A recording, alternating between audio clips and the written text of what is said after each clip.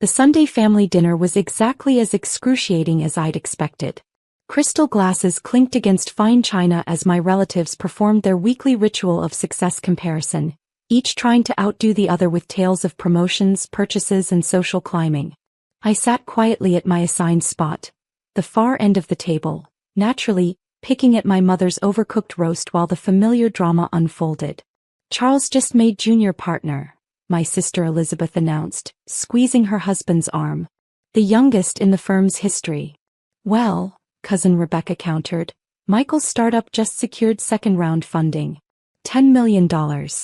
She smirked in my direction. Real tech success, not just coding in someone's basement. If only they knew that someone's basement was actually a secure development facility where my team had just completed the most advanced AI system in history. But that news wouldn't break until tomorrow's market opening. "And what have you achieved lately, Claire?" My mother's question cut through the chatter, all eyes turning to me. "Still doing that. What do you call it? Programming." I took a small sip of wine, a $2,000 bottle I'd brought but let them serve in their cheap glasses. "Just working on projects." "Projects?" my father scoffed. "While your cousins are building real businesses, you're playing with computers. When are you going to do something meaningful with your life?" If he'd bothered to read the confidential documents I'd signed last week, selling my company Quantum Core Solutions to Microsoft for $62 billion, he might have had a different definition of meaningful. "At least she's employed," Aunt Patricia offered with fake sympathy. "Though dear, there are some entry-level positions at Michael's company.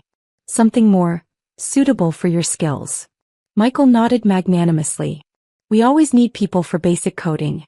I could put in a word." I suppressed a smile, remembering how my company had just acquired Michael's successful startup through a shell corporation. By tomorrow afternoon he'd be essentially working for me, though he didn't know it yet. "Claire's always been different," my mother sighed, serving more wine. "Not everyone can be ambitious like Elizabeth or business-savvy like Michael." Elizabeth preened at the praise. "It's about making smart choices. Getting real degrees, not those online courses Claire wastes time on."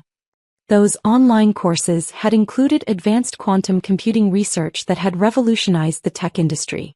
But they'd never bothered to ask what I was actually studying. "Did you see the Tesla I just bought?" Charles changed the subject, always ready to flaunt his partner's salary. 0 to 60 in 2.8 seconds. "Very nice," I murmured, thinking about the fleet of custom hypercars in my private garage. The Bugatti alone cost more than his annual income. "You should dream bigger, Claire," Elizabeth advised with condescending concern. "Look at all of us. Successful careers, beautiful homes, real achievements. What do you have to show for yourself?" I checked my watch discreetly. In exactly 14 hours the New York Stock Exchange would open, and the biggest tech acquisition in history would be announced. My family's definition of achievement was about to be dramatically revised. "More potatoes, dear?" My mother's voice dripped with pity. "At least you're looking healthy." I declined politely, my simple black dress hiding its Chanel label. The small diamond studs in my ears cost more than Elizabeth's entire jewelry collection, but like my success, I kept them deliberately understated. "The business pages are fascinating lately," Uncle Robert pontificated. "All these tech companies making billions. Real innovation, not whatever little app Claire's working on." My little app had just revolutionized artificial intelligence, but tomorrow's headlines would explain that better than I ever could. "Speaking of business," Michael boasted, "my company's about to announce something huge. Real game-changing technology." I bit back a laugh. His company's huge announcement would be overshadowed by news of its acquisition by Quantum Core, and Quantum Core's subsequent sale to Microsoft. Sometimes revenge is best served with a side of irony. "Remember when Claire said she was going to change the world?" Elizabeth laughed. "How's that going, sis?" My phone buzzed silently. Final confirmation from my lawyers that everything was ready for tomorrow's announcement. The press releases were prepared, the interviews scheduled, my face about to be splashed across every major business publication as the tech world's newest billionaire. "Just working on it," I replied quietly, watching my family continue their performance of success and superiority. In less than a day their carefully constructed hierarchy would be completely upended. Because sometimes the best revenge isn't arguing or explaining. It's letting people's own words come back to haunt them in the most public way possible. And tomorrow was going to be very, very public.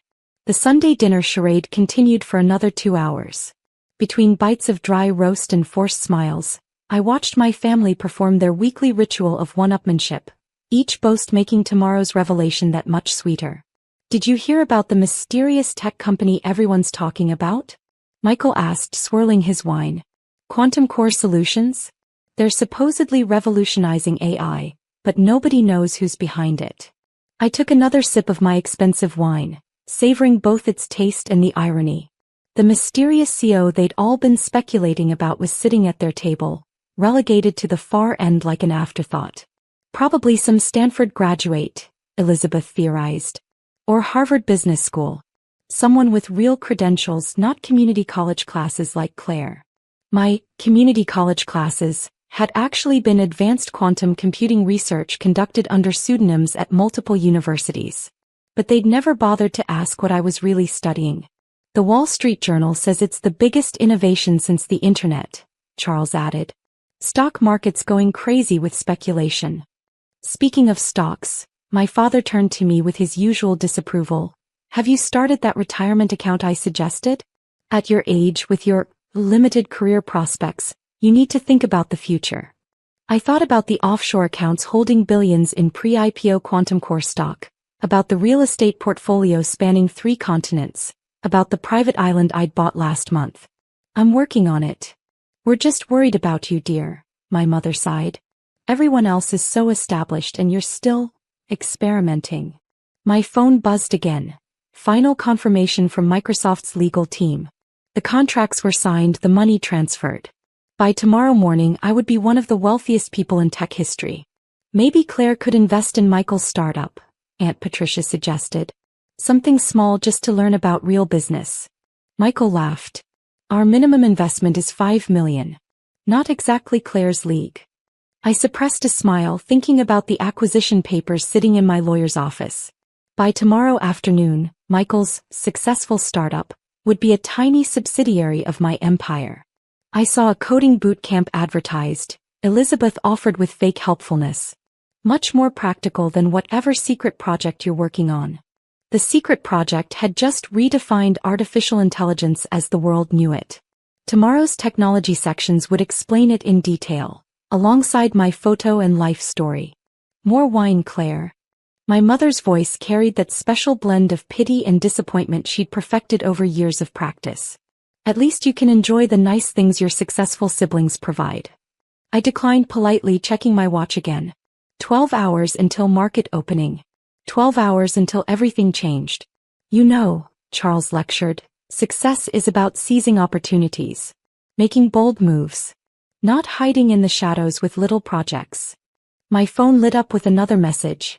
Press embargo lifts at 9 a.m. Eastern Standard Time. All major networks standing by. Forbes cover story ready. I saw an entry-level position at my firm, Elizabeth added.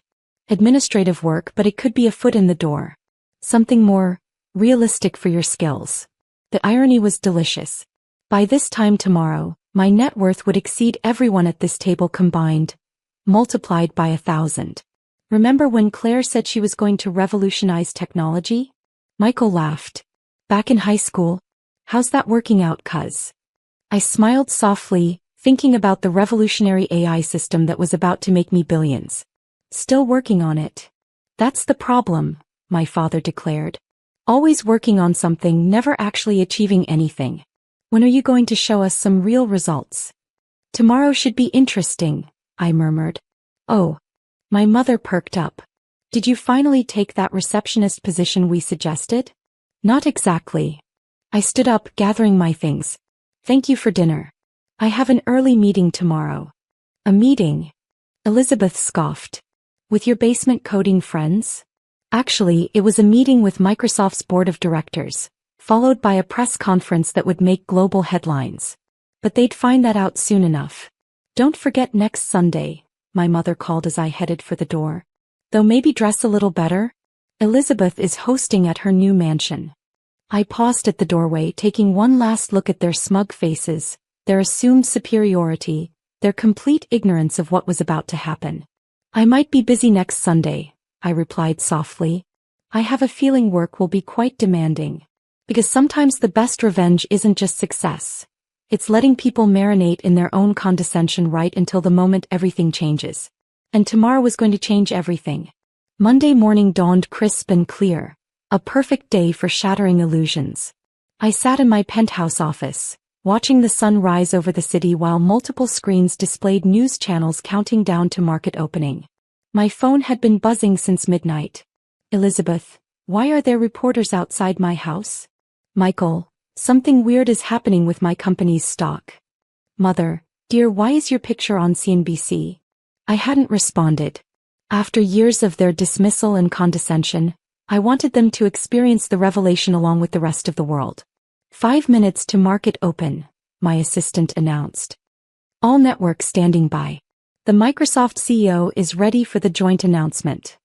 I straightened my custom Armani suit. No more hiding in simple black dresses. Today I was finally stepping into the light. Breaking news. The headlines began rolling across every screen. Microsoft acquires Quantum Core Solutions for $62 billion. Largest tech deal in history. My phone exploded. "Father, Claire? Is this some mistake?" "Elizabeth, that can't be you on Bloomberg." "Michael, why is my company's stock redirecting to Quantum Core?" The morning news shows were running my life story. Unknown genius behind tech's biggest innovation. Secretive CEO reveals identity. The woman who revolutionized AI. Your family is trying to get past security in the lobby, my assistant reported with a slight smile. Should I let them up? Not yet, I replied, watching the stock market open with a record surge. Let them watch it unfold like everyone else. The business channels were running footage from last night's dinner, courtesy of the security cameras I'd had quietly installed months ago. Their dismissive comments about my little projects played in stark contrast to headlines announcing my company's historic valuation. Claire. Elizabeth's voice came through on speakerphone. What's happening? Charles says his firm's biggest client just got acquired by you. Oh, you mean that entry-level position you suggested? I replied calmly. I'm afraid I'm a bit overqualified now. Michael's panic was palpable. The acquisition papers. They're from your company? You bought us. Consider it a family investment, I answered, though I'm afraid some restructuring will be necessary. Starting with the CEO position. The elevator finally opened, admitting my shell-shocked family into my real world. They stood frozen, taking in the panoramic office, the wall of screens showing my face and name, the reality of what their failed daughter had actually achieved. But, my mother stammered, clutching her cheap purse. You were just coding in your room. Actually, I gestured to the screens displaying Quantum Core's revolutionary AI interface. I was developing the most advanced artificial intelligence system in history. Not that any of you ever asked. Those online courses, Elizabeth whispered, were advanced quantum computing research. The secret project you mocked just revolutionized 3 different industries. And that basement coding job was running a multi-billion-dollar company. My father sank into a designer chair, his face ashen. Why didn't you tell us? Would you have listened? I asked quietly. When did any of you actually ask about my work? Try to understand what I was building? Show any interest beyond comparing me to my successful siblings? The screens showed my net worth ticking upward as Quantum Core's stock soared.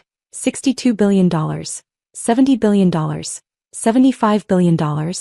But last night, Charles protested, you just sat there while you what? I interrupted. Mocked my career? Suggested entry-level positions? Lectured me about real success? As I sat there, I wanted you to have one last chance to show who you really were. Michael stared at his phone, watching his company's stock be absorbed into Quantum Core. You planned this? All of it. Every detail, I confirmed. The dinner, the timing, the announcements. Consider it a lesson in what real business looks like. The morning news shows were now running segments on my journey. Photos of the basement where I'd started coding, actually a secure quantum computing lab. Interviews with renowned scientists about my innovations. Economists discussing how I'd built an empire in secret. Ms. Harrison, my assistant interrupted, the president would like to schedule a call to discuss your AI innovations. And the Nobel Committee is online too. My mother collapsed onto a leather sofa. The Nobel Committee? Apparently revolutionizing quantum computing while maintaining complete anonymity is quite impressive, I replied. Though not as impressive as an entry-level receptionist position, right? The headlines kept rolling. Tech's new queen. $1 billion secret. The genius they didn't see. About next Sunday's dinner. My mother began weakly. I'm afraid I'll be busy, I smiled. Board meetings, press conferences, Nobel Prize considerations. You understand, real business. Because sometimes the best revenge isn't just proving people wrong. It's making them watch as their entire understanding of success gets completely rewritten. Security will show you out, I added, turning back to my screens. I have a company to run. Several companies actually, including Michael's. Oh, and Elizabeth? About that administrative position you suggested? I'm afraid we have rather high standards here at Quantum Core. But feel free to submit your resume like everyone else. The elevator doors closed on their stunned faces, leaving me alone in the empire I'd built while they were busy underestimating me. My phone buzzed one last time. Family dinner next Sunday? I smiled, thinking about all the dinners where they'd dismissed my dreams, all the lectures about real success, all the times they'd made sure I knew I wasn't good enough. Sorry, I typed back. Too busy changing the world. Because sometimes the best revenge isn't just success. It's making sure people understand exactly what they failed to see. And I had all the time in the world to let that lesson sink in.